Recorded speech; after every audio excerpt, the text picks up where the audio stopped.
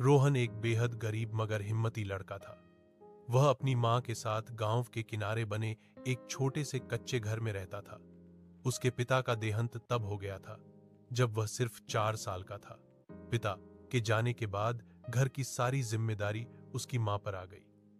वह खेतों में मजदूरी करके किसी तरह घर चलाती थी। पैसे हमेशा कम पड़ते, लेकिन उम्मीद कभी नहीं। रोहन का सपना था कि एक दिन वह पढ़ लिखकर अपने घर की हालत सुधार देगा। हर सुबह रोहन सूरज निकलने से पहले उठ जाता।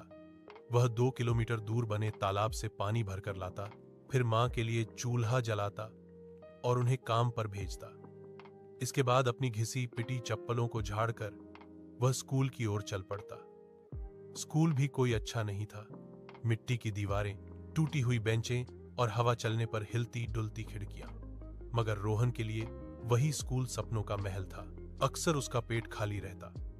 कभी रोटी मिलती, कभी सिर्फ नमक चावल और कई बार तो कुछ भी नहीं। लेकिन भूख से तड़पते हुए भी वह खुद से कहता, मैं भूखा रह सकता हूं पर हार नहीं मानूंगा। किताबें खरीदने के पैसे नहीं थे, इसीलिए रोहन हमेशा आखिरी बेंच पर बैठता। लेकिन समझ और याद रखने की ताकत में वह सबसे आगे था। उसकी आंखों में चमक थी कुछ करने की, कुछ बनने की। एक दिन स्कूल में नए मास्टर जी आए, मिस्टर वर्मा। वह बच्चों को पढ़ाने के साथ साथ उनकी तकलीफें भी समझते थे। पहले ही दिन उन्होंने रोहन पर ध्यान दिया। पुरानी शर्ट, टूटी चप्पलें, पर पढ़ाई में गजब की लगन।